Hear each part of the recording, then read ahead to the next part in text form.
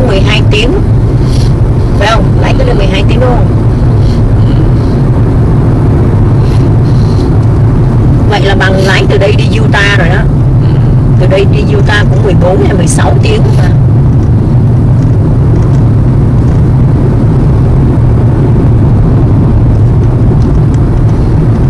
Thôi đi tối rồi đừng có thâu nữa, không có gì đâu. Công hết đẹp rồi. We're leaving New Mexico. We go to enter the Texas. Texas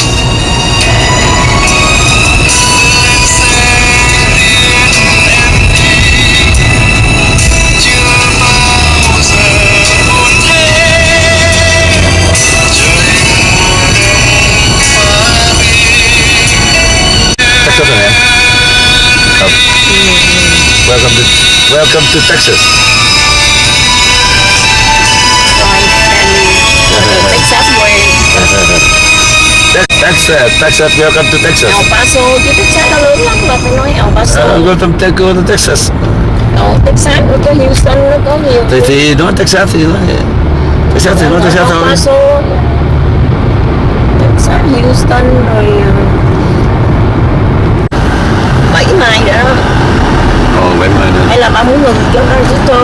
Do gì? Register đằng đó đó, register here mà. Register vô mặt á. We're entering the Casbah cave. Today, December 28, 2017. We just arrived here last night. We sleep here and early morning we go to the cave. So we are on the way to the cave right now. Casbah in New Mexico, USA.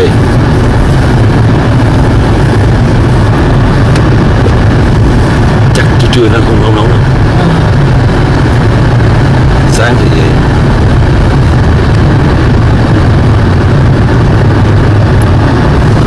Cái này nói 250 triệu gì Việt Nam mà.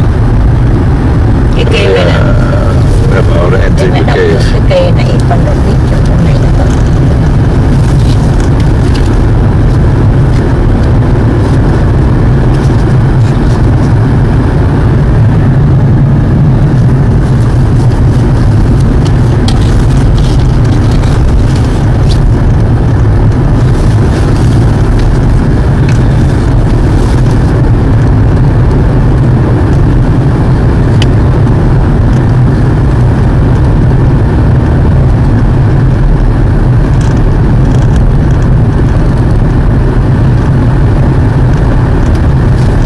Phải công nhận cái tục bận bự bên Úc á, nó làm cái đôi giày này rất là tốt. Chừng nào mà anh có ý anh mua một đôi cái ớt này, ớt bút này nè, cái chân nó ấm ơi là ấm luôn. Tự vì nó dùng bằng cái lông của con cừu á, cái con ship bên đó đó, nó bán không rẻ đâu, đắt lắm, 100 mấy chục đồng đôi mà nó đáng lắm. Chân nó ấm mà đổ mồ hôi chân luôn á. Mà đi bộ rất là sướng, đi êm chân lắm.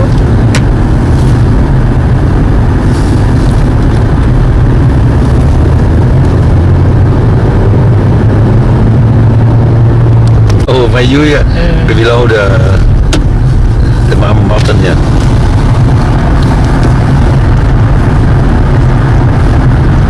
Rồi tới rồi.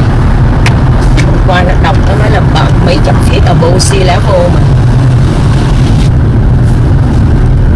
Lap anh với cái Wisconsin.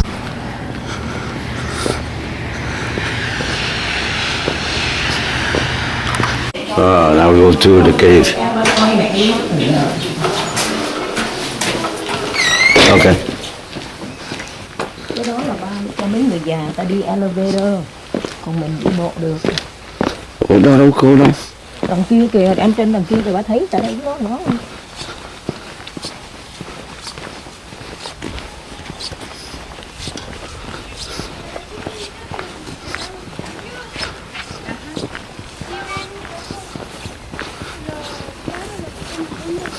Can't hear it.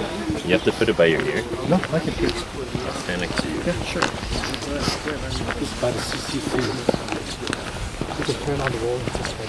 Okay. Okay, folks, so just really quick before you begin, the green receipts that some of you have are permits to be in the cave. Make sure that you don't lose them because they're good for 3 days, meaning if you exit the cave and want to re-enter after, you'll need them again, and all the rules are printed on them.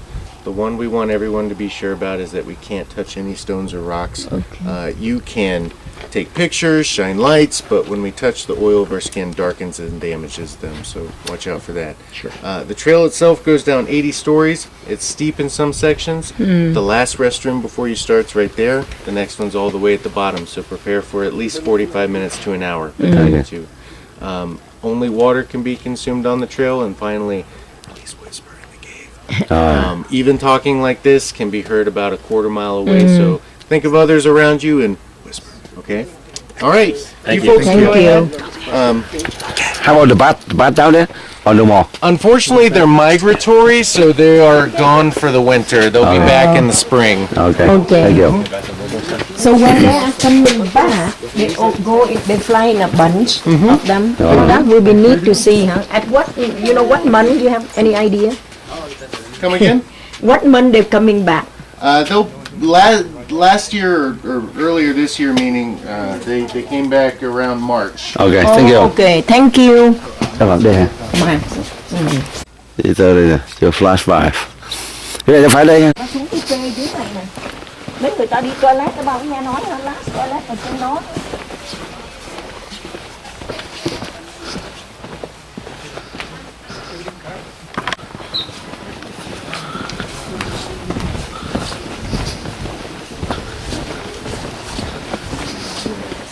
Tôi Yuri nó không đi cái kê này uổng. Cái này em nghe con Lan nó nói em lâu rồi, nó nói ở New Mexico nó có mấy cái này nè, hay lắm. Đi thôi nhiều quá ta.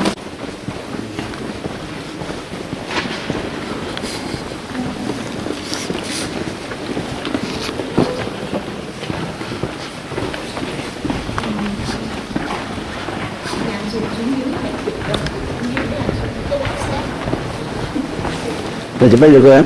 Ok.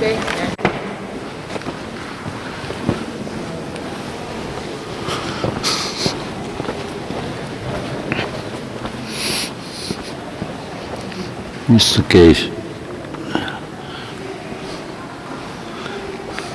Nãy bay lát lên xuống, ba lên trên, ba đứng cho ngồi đó này. Thôi có gì đâu em, không gì đâu. Show đẹp lắm á bà. Nice.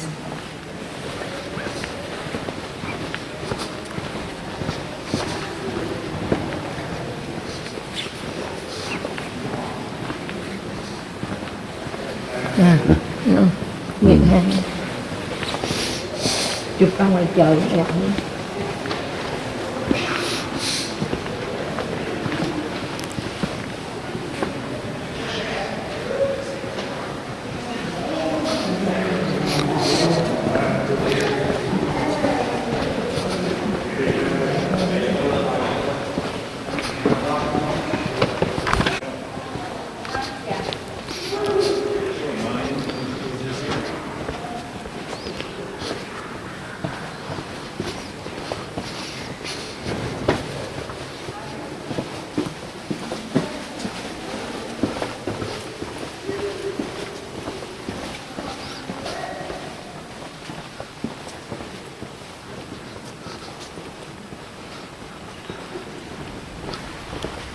Ôi, kêu này.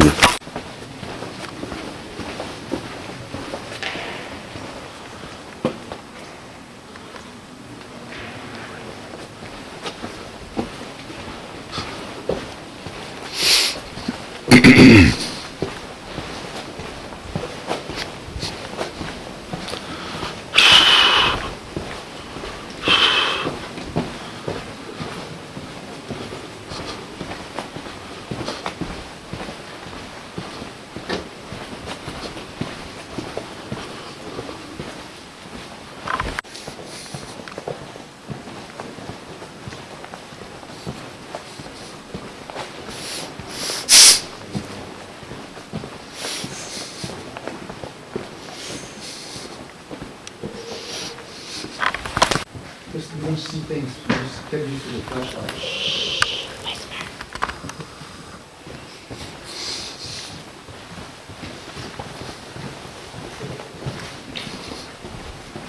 Let your eyes get used to it.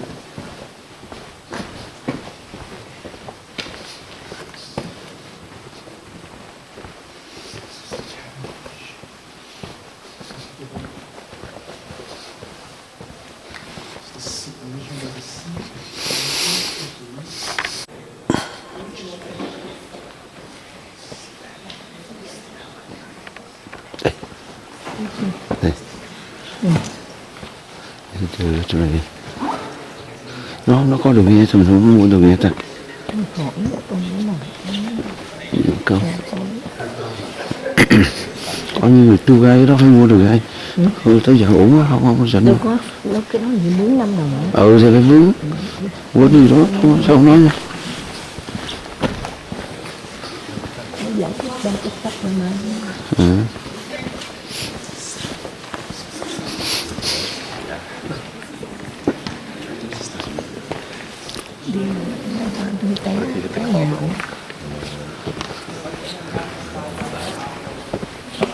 nè anh đứng đây chụp bên attraction ở đây nè rồi mới có thấy chúng tôi đang xuống là bo đâm được cân cái đó cái chamber giờ lên cái này em chụp em chắc là thôi mình có thể đi ra cũng biết chắc ra chỗ khác chứ bây giờ sao nãy có người đi lên bằng cái hướng này hồi xưa mình lên cái này chụp lại cái floor đó là nó bằng mấy cái football field the biggest in the world mà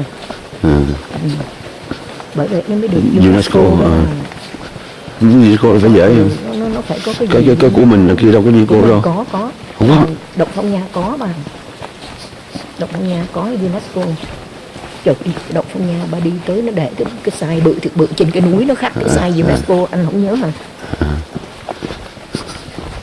bây giờ Sơn Đồng thì không biết làm sao đi cái này khó quá cái dài này đau chân sao đau chân tại vì đi ra trước mình sẽ lại đấy đâu là con em ôi bắt đầu này tại sao mấy cái tụi minor đó nó vô đây nó làm nó bẻ hết rồi đây cái này thôi nguyên miếng của ta nó bẻ hết rồi mai này là mấy đứa làm mai hồi xưa đó nó bẻ rồi ở bên Việt Nam vậy mà hay nha nó còn nguyên à ba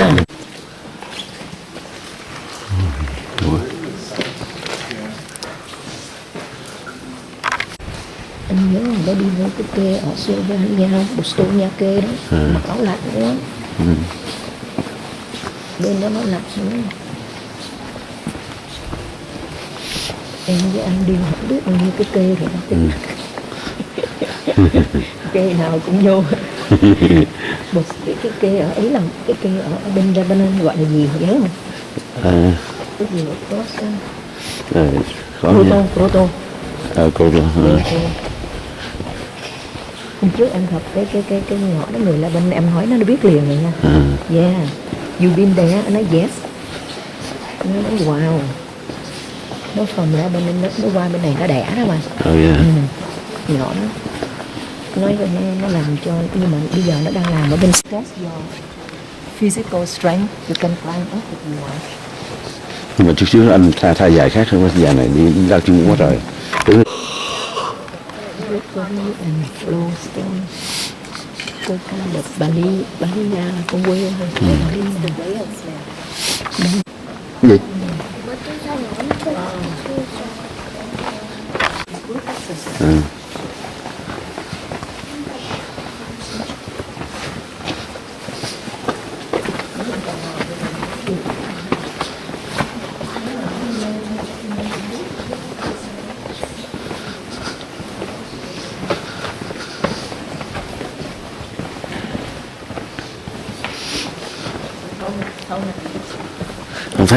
không thấy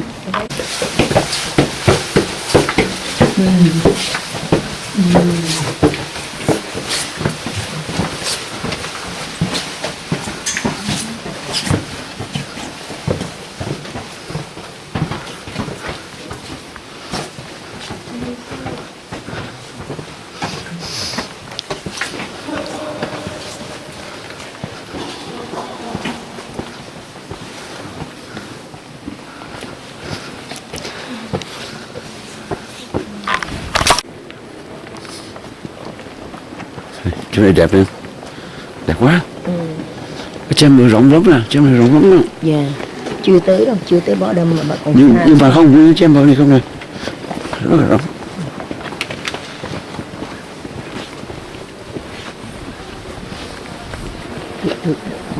Tụi Mỹ nó very nó làm hay á. Nó đi vô thôi để nó lấy tiền mình cũng đúng.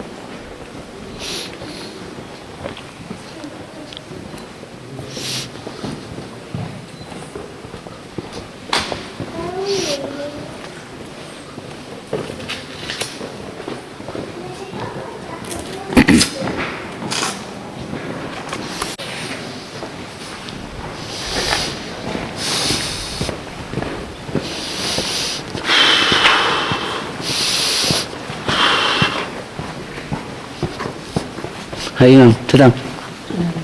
Lại làm nghề nhiều cũng chưa mà quen vô đó.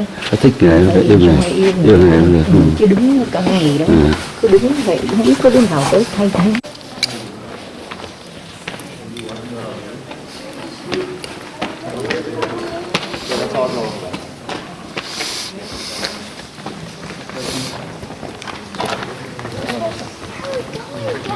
To the restroom.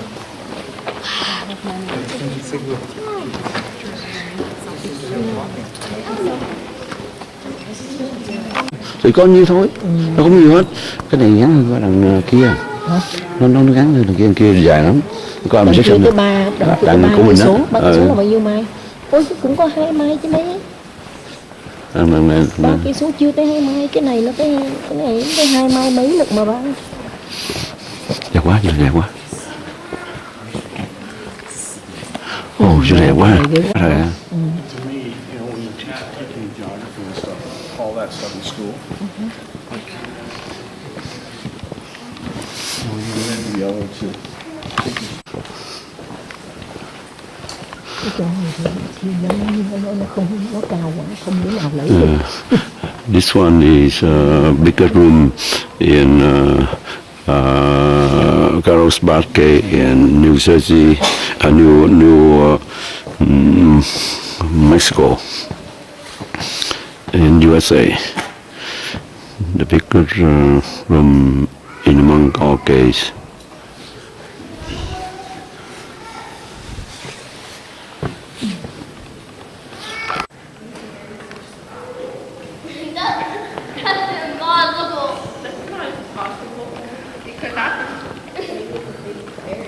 Maybe the big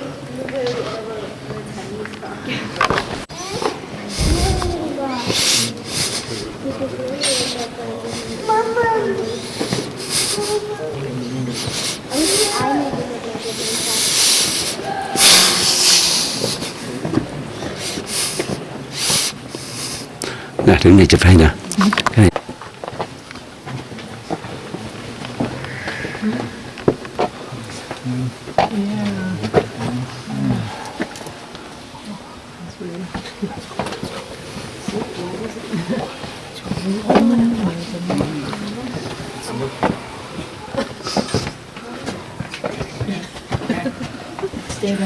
You know what I mean?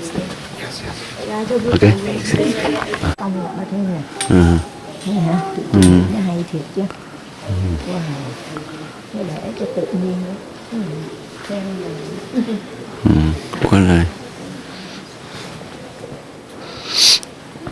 Fairyland. Đẹp thiệt. Fairyland thực hay thiệt chứ. Why? Why? Anh chấm cái này là hay hơn pha lại mình nữa. Popcorn cover Stacklamine nè. Nhưng mà không biết nó còn rô nữa không ta? Chắc không rô nữa đâu hả? Cái nước nó không có, nó bị khô quá rồi. Anh thấy cái này hay hơn thằng pha lại của mình em. Hay hơn. Cái trên phần là why à. này nữa hay thiệt, bởi vậy tụi UNESCO nó công nhận nó unique á, không có giống cái mấy cái khác đâu. Why? Anh sẽ đi lại nữa, anh sẽ đi nữa. Why? Bông đứng đó mẹ chụp cho anh đóng nè. Bỏ cái máy hình. Ok, đâu. Hay quá. Đẹp quá rồi không? Đi nữa. Wow.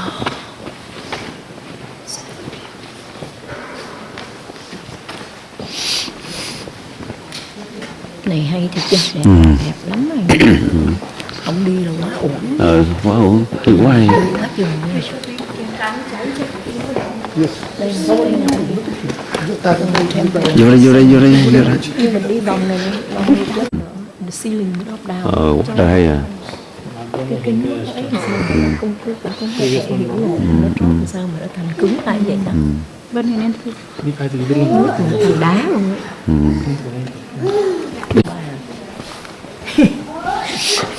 Để cho bà 10 bà đem đẽo vô bà đẽo cũng không được. Đừng có nói bẻ bằng tay. Anh là thích mấy kê mà vô đây là the best. Quá đã. Đẹp thiệt chứ. Đẹp hơn pha đây. Phải công nhận vậy. Đẹp hơn pha đây, quá đẹp. Cái formation của nó different. Quá trời đẹp luôn à. Ôi hay ha, cái này có nước đưa lên xuống dưới nè. Ở đây cũng nhiều, có cái kiểu nhiều cái đó. Nó gặp nhau, stuck làm hai đèn. Look at that heating giant.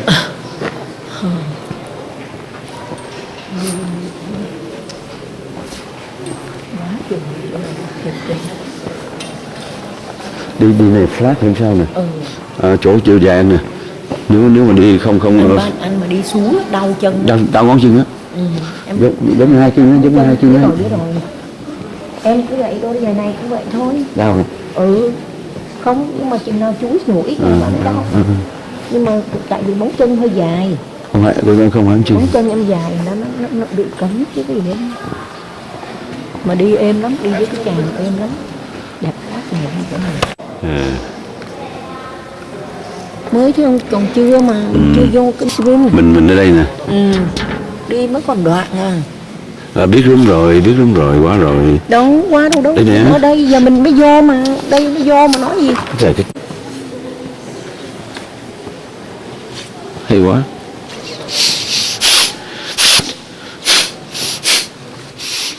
Hay ha, cái này phải thiệt chưa? Cái này nó phải xếp phần đó.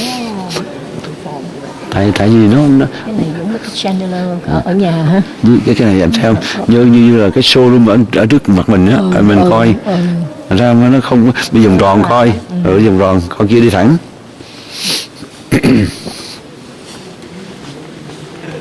Nó thích bao nhiêu triệu năm nó mới mọc lên được, thấy không? Nó mới drop xuống kiểu đó hay quá trời luôn.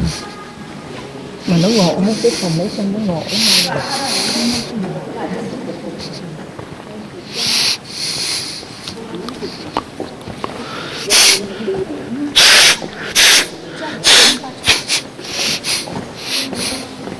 Hả? Vô đi hả? Jenny cũng đi Ổn quá. Nó biết mà nó Cho anh cho kêu đi ra đây nè. Gì không đi uổng. Mình có xe đi, không chịu đi.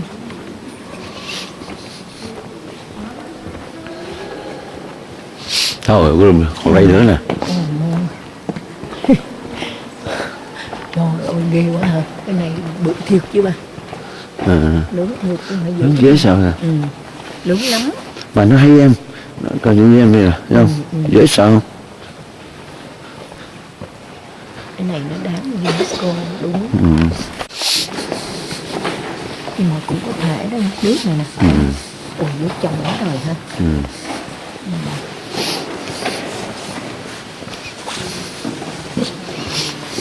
Hay quá, cái này nó cùng nữa. Tưởng đồ thường hả? Tưởng đồ thường mà ghê quá hả?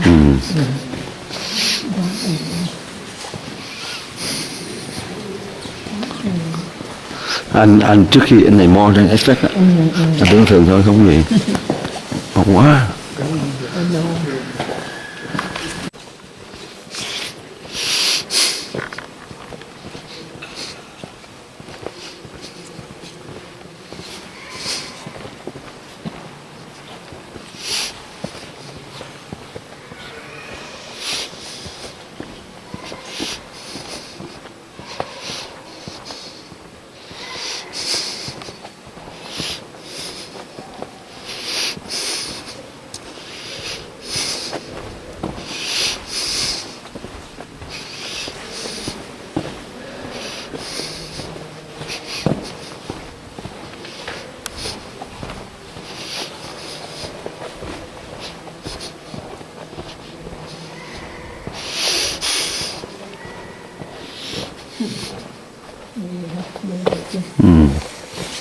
sâu dưới á.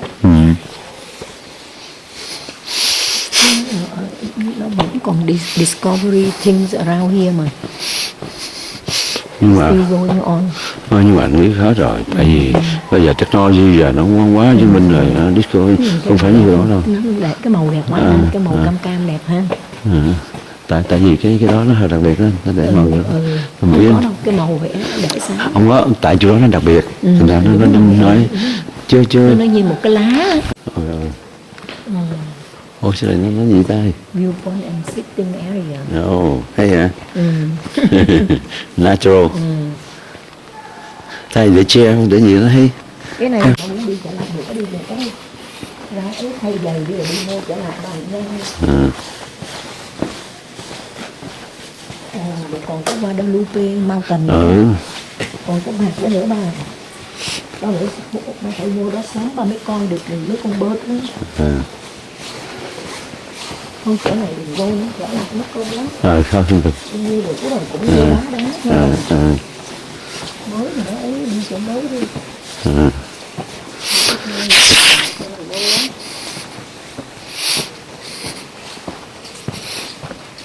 Bây giờ là ngày 28 rồi hả? 29 hả? 29.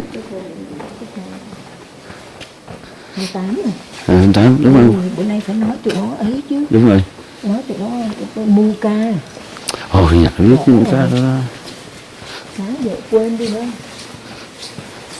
Shipping này nó không 45 đồng nữa thầy. Chắc mấy đứa nó không nhớ đâu ba ơi. Không nhớ đâu. Có Jenny may ra nó nhớ. Trời, nó có cái hát tốt là ông trời không muốn nó sống lâu là vậy. Because life is suffering. Nó suffer nhiều quá. Ông thích nó ở quê sớm cũng là đúng. Để cho mọi người chưa biết đó là ôi trời ơi cái chỗ này ghê quá bà. Vậy nó làm người cao sợ rất. Nó người ta sợ ta trồn ra. Nhưng Mỹ nó hay lắm. Nhưng mà nếu compare thì anh thích này hơn. Mẹ cũng thích cái này hơn. Cái kê rất đặc biệt.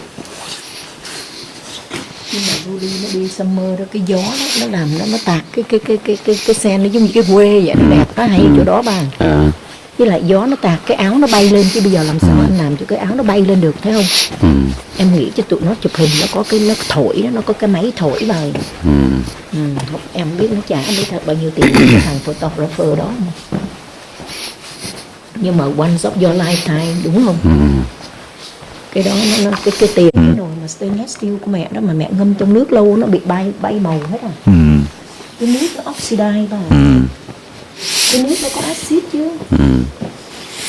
Bởi vậy khi nào bà để ý coi nước mưa đó, người ta phải rửa xe liền là nước mưa nó nó oxidize cái pen. Ba làm sửa nhà mà ba không biết thôi.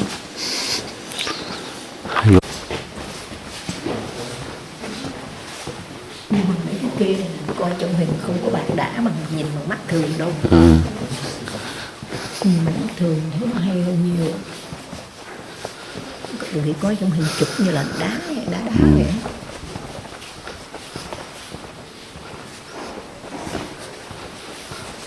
Cái này cái formation cũng lạ. Rất là lạ. But the only thing là they have only one color. Bà hiểu không? Nó có cái đủ màu nữa là. Đâu, từ kia màu có lớn nó gì thôi. Từ kia bày đặt để hai bạn mà ta cái này trên natural. Bà chụp đúng đấm này. Cái gì đâu. Chỗ này hay quá nè. Cái dễ dầu thấy này. Đâu.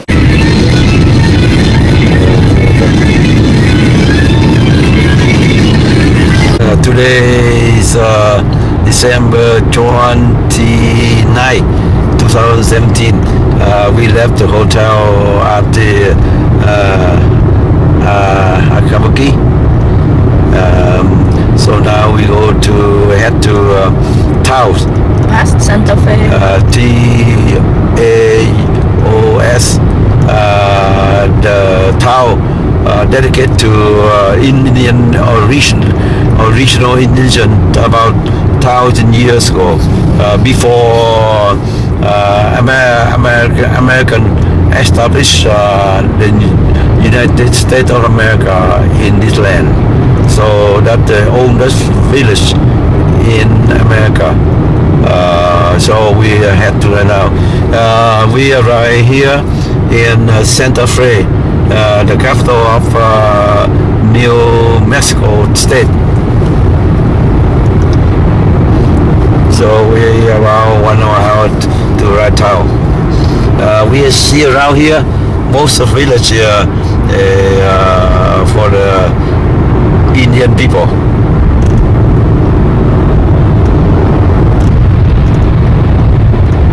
Mày thấy có cá bùa không? Câu chuyện Santo. Này chắc casino quá.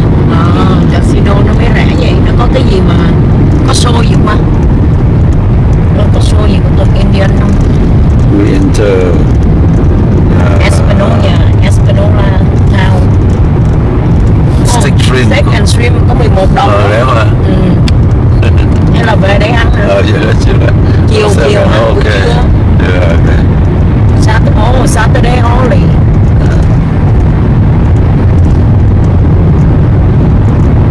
Giờ nhà cửa cái này đó. Hai nhỏ thôi.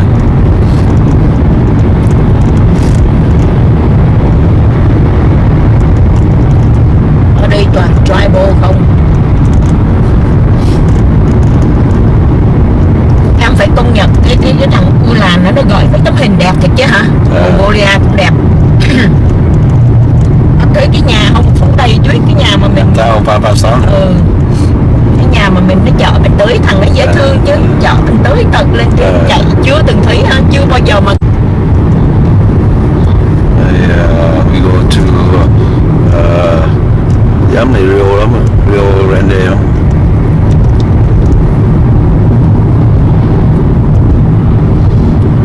Arena.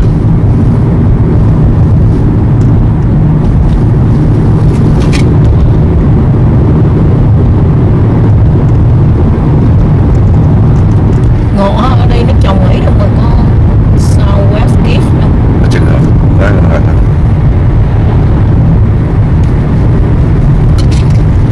Chắc nó trồng nho được sau có winery. Mule Mission.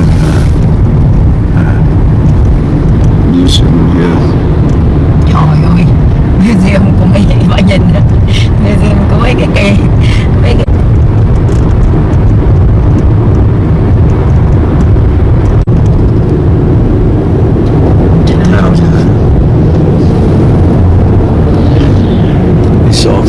ski resorts.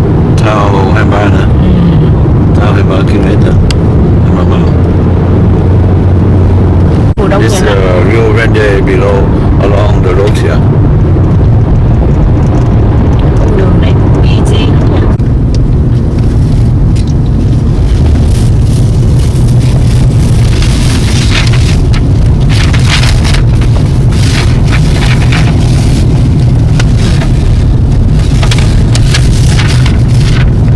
Đâu rồi?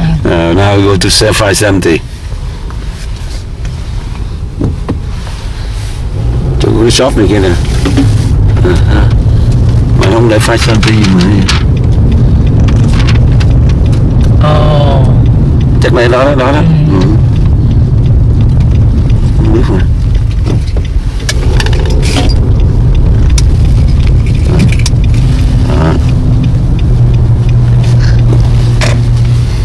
Zoom out.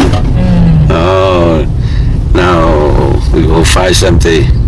Down đấy đúng rồi.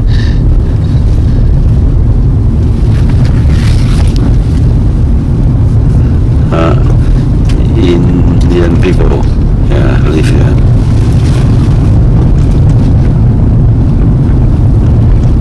Pottery studio.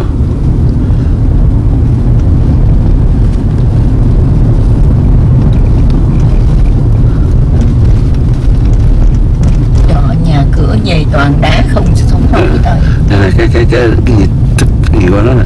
Rio giọt. Mùa thu chắc cũng đẹp. Grande. Dạ là Rio Grande. Lục hết rồi.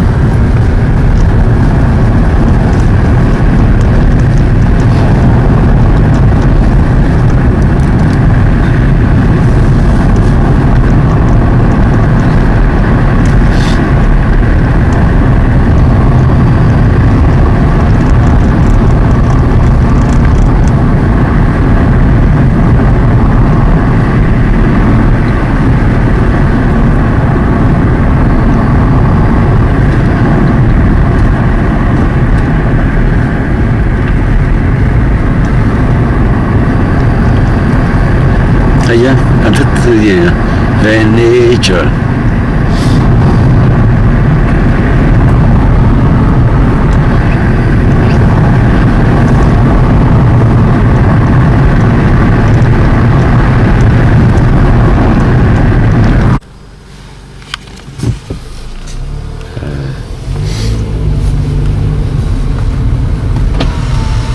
Chắc bữa nay chắc không có ai khám đâu. Ngày quyết ngày I mean winter rồi chắc nó cho vô free Thằng rồi. kia cho nó đóng hết rồi.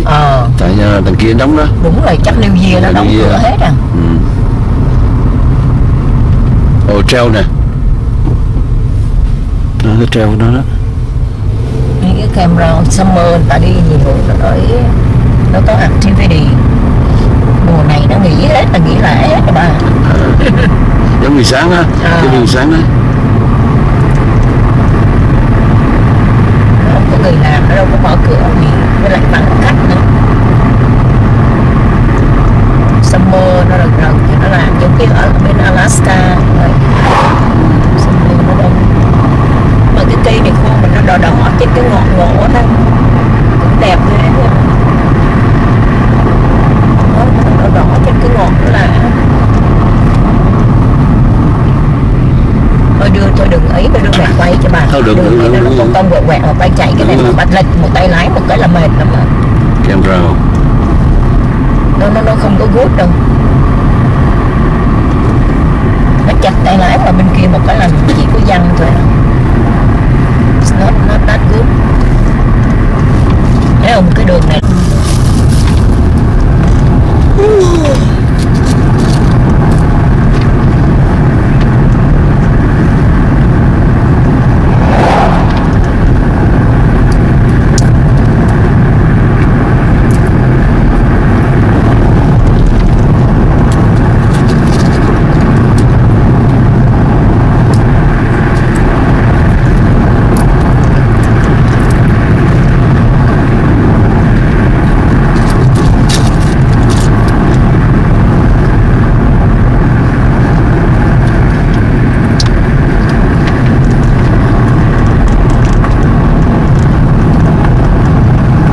Da đỏ đẹp mà. Rất có là đó là nó hơi lạ. lạ. Mấy cái cây này nó đẹp lắm nha.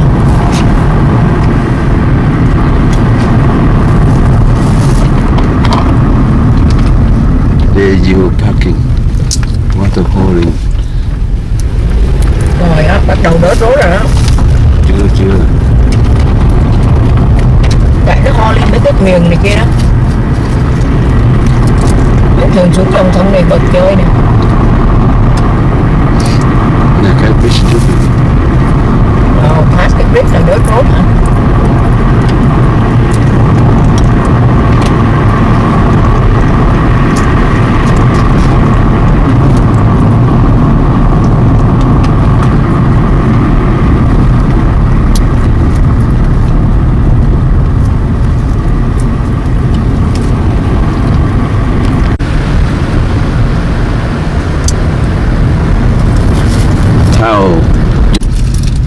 Junction Bridge này. Cái này là chỗ nó regulation thôi.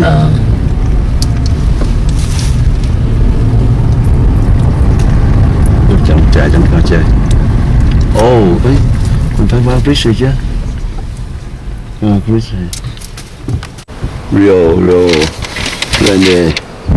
Grande River. We found the bridge.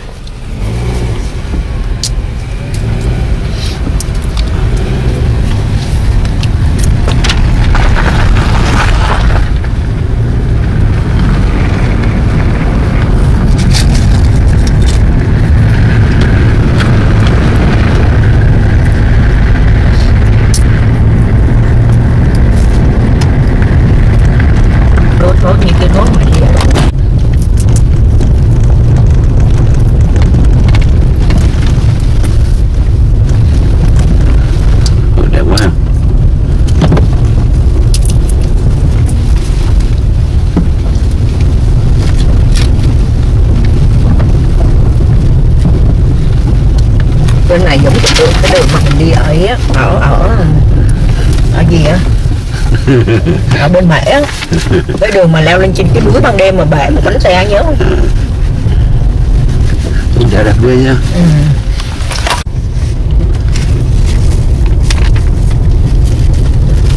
Đá này làm sao đã quá trời đá. Cái xe này nhiều khi mấy chỗ đường này nó sẽ rớt từ không vô nổi.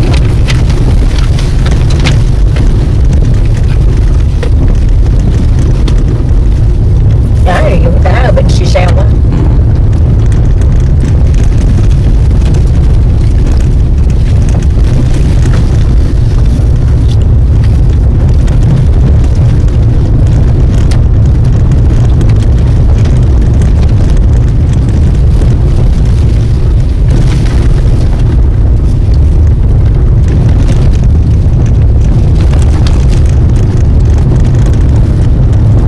Hay đi tới đi luôn không được hay hết mình đi á. Phải trail nha, phải trail nè. Làm Vista Verde chắc đẹp á. Vista Verde. Nhìn giống như cây nhanh vậy mà. Giống như Grand Canyon đấy. Có người đi á. Đi cái đó mà. 3 người. Họ đi trail. Đi trail. Nếu mà có thời giờ anh đi trạm cái này đẹp em không chung là tiền đi trail. Không, cái này nó khô cằn quá. Phải chỗ nào có ấy, có cây nhân, em có cái nước nôi rồi. Như bên Hawaii á, mấy cái trail ở Hawaii đáng đi. Hoặc là mấy cái trail mà ba nhớ cái trail mà mình đi ở bên Tahiti không? Rồi anh bước lên trên cái nhìn nó đẹp quá trời hả? Cái kỳ đó cái ông chỉ mình đi cái trail đó đó. Quá đẹp, nhìn xuống oh wow. So beautiful. Còn cái này chung quanh là thấy ghê mà đá không. Anh đá mà không tẹt chết là bể mặt. Không tập là bể mặt. Giống như cái em. Nếu mà em nghĩ cả triệu năm sau chắc cũng thành Grand Canyon á. Để chúng ta lại. Oh, beautiful. Little Grand Canyon. Little Grand Canyon.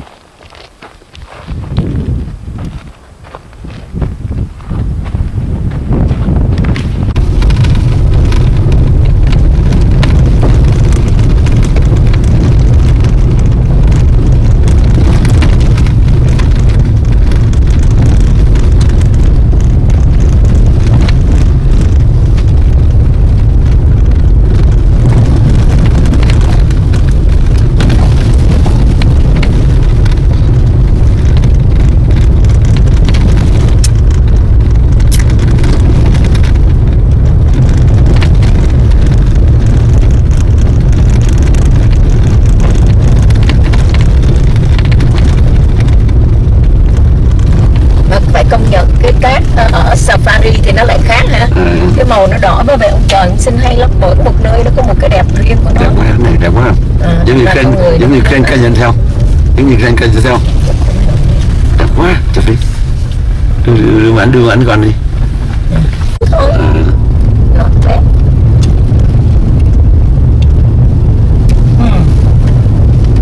Trên núi thôi có tuyết với trên nó đó nha.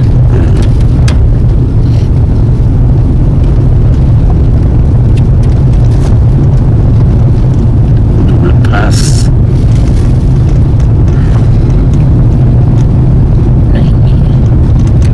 West Rim Trail. West Rim giống sao giống ở bên ấy quá vậy ta? Giống Grand Canyon đó. South, Grand Canyon là South and North. North Rim, South Rim. Thôi xịt bèo đi. We go to Tao. Con nói ta mẹ Yulin hỏi Tao là gì để mẹ giải thích cho nó nghe là Tao là ở chỗ có cái Tao Pueblo. Nó là cái county thôi, một cái county của Continue on US 64 East for 9 miles. 9 miles. 9 miles hả? Đâu có xa.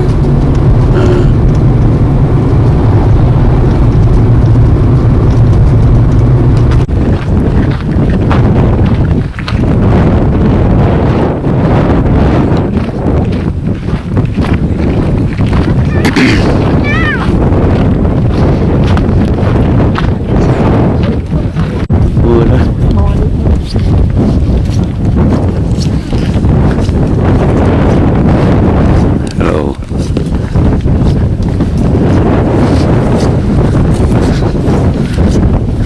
Đây khô cạn không có nước gì đâu.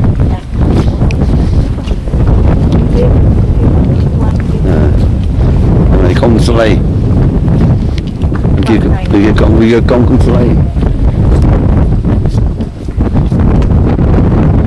Có nước em ơi, có nước.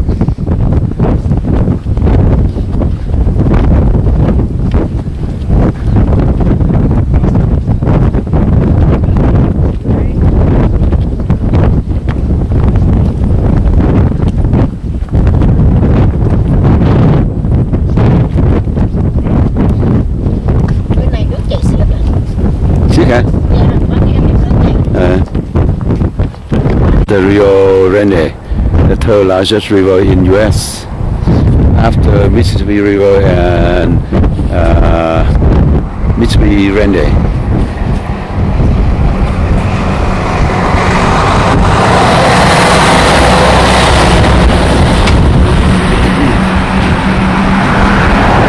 Mấy nó là hai đào đi á.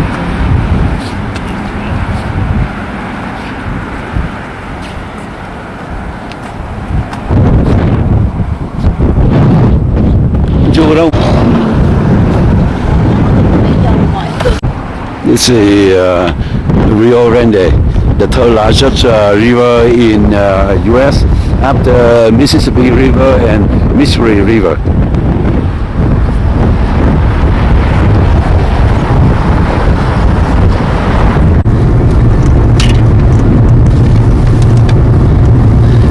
We're heading close to the town right now. After we pass George Bridge.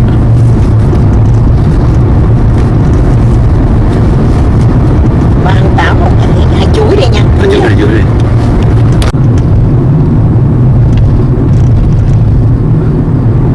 Phải đúng rồi, sao kì. Now we get in town.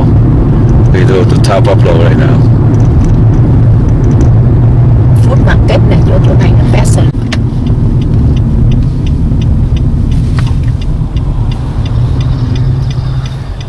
Pick up land. Like we got hay là. Đây không ta? Đây không ta? Community của tụi nó. Xưa Nó để là 1000 years of tradition. Over 1000 years of tradition. đó là ở đây hả? Please respect the town Pueblo community.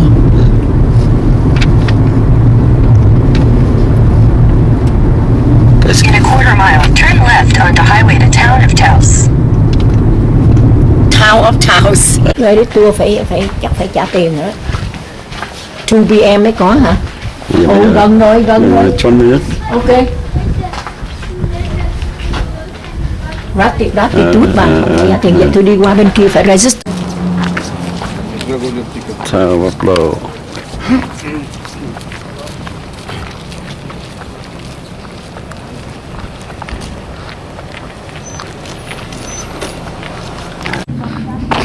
This town community, 1,000 year village. My husband is there. Hello. He's selling this one. Medicine beer. Medicine bear. my medicine bears, For what? For treatment? for healing. Healing. Their healing stone and the medicine bundle is for good luck, good health, Bán mắt and của strength. Oh, look nice. Thank you. Yeah. Yeah. Look, I walk around first. Yeah, Thank you. Enjoy now. Yeah. Hả? You wanna take picture in front of me? Okay. Cái này cũng ngộ lắm. Cái làng này nè. Xin cái gì nãy Dream Catcher. Dream Catcher. Cái này nè. Vô trong tiệc này người bán cái gì? Cái này cái nỏ hay cái gì? Rồi một lát quăng, đừng có miss cái chua của nó mà nó giải thích mình dễ hiểu được. Nó bán đồ hay gì á? Fibergrass that comes from like Montana, Canada. A certain section of it where it grows is smells good. Nice, eh? Chưa? Ôi 40 đồng với con cá này.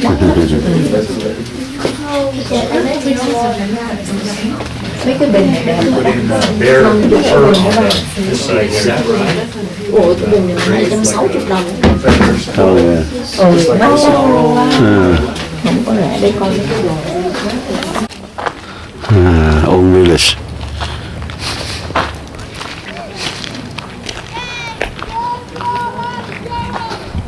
Đó, nó có Tàu. rác gì đó bạn ơi. Đi right back. Đi qua đó. Ừ, thứ ba. Qua đó.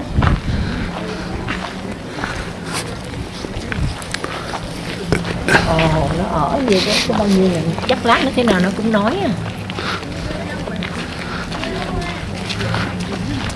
Cũng ngộ chứ. Ấy. Có mình chút rửa cái nhà nó không? Nói chứ.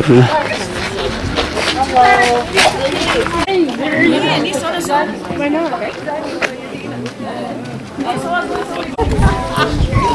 you would like to take a photo of an individual from our tribe, just ask for their permission first. We're known as Place of the Red Willow due to the abundance of red willow that grows around this area. Our tribal language is known as Tiwa.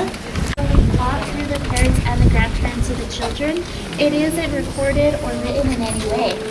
And they also teach the language within the Taos Pueblo Day School, which I'll get into further detail about later on the tour as well.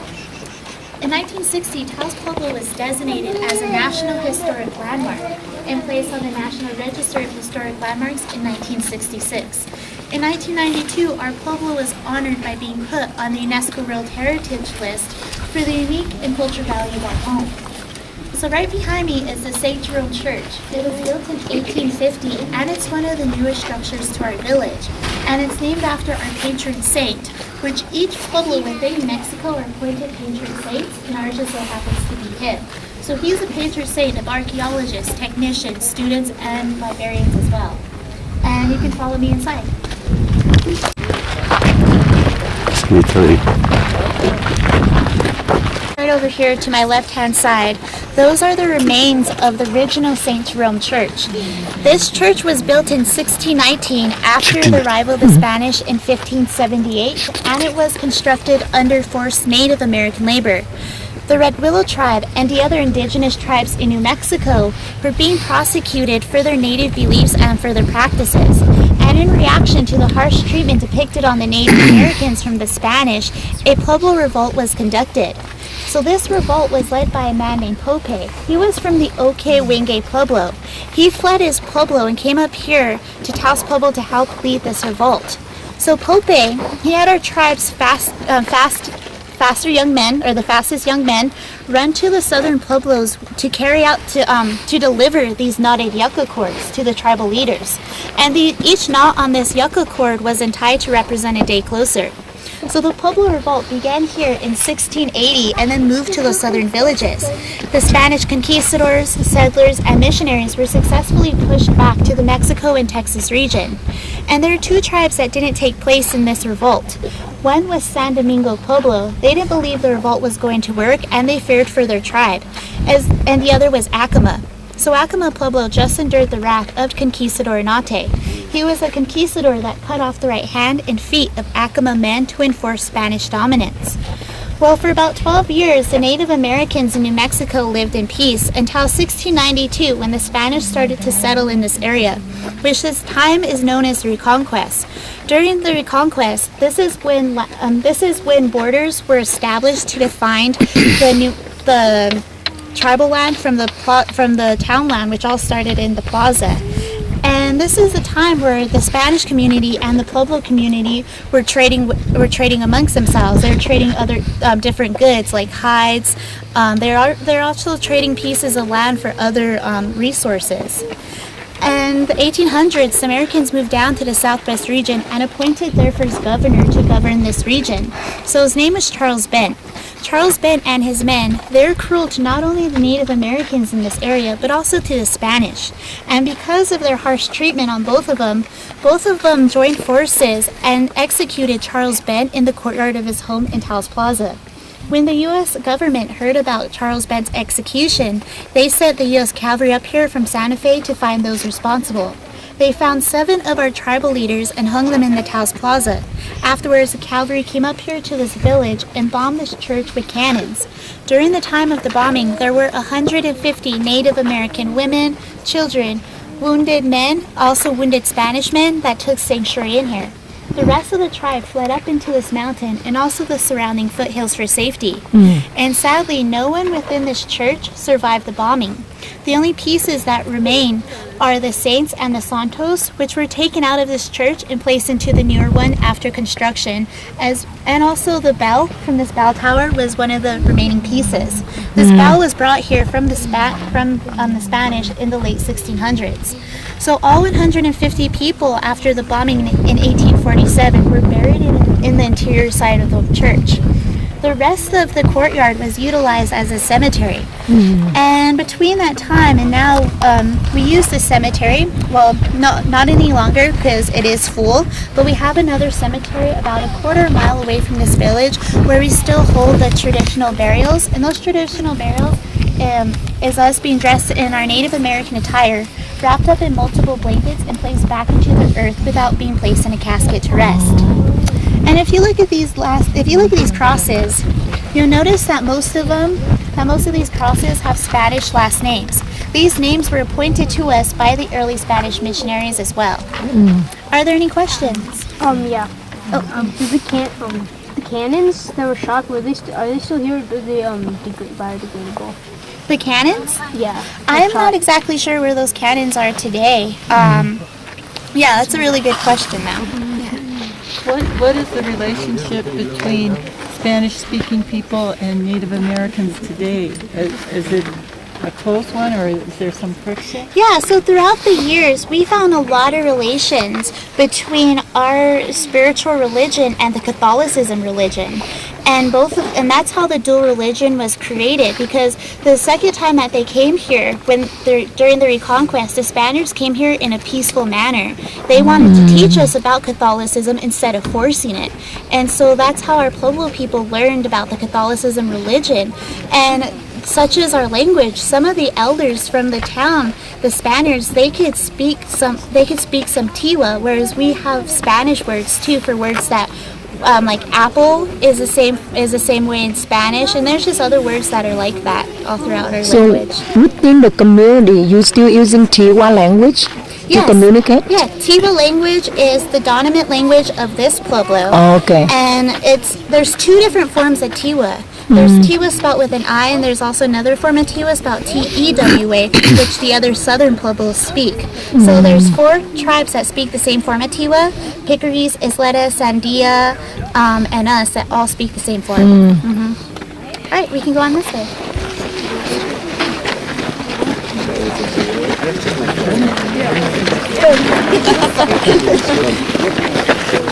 Throughout the entire village are known as hornos. Horno in Spanish means outdoor oven, and they were introduced to us by the Spanish.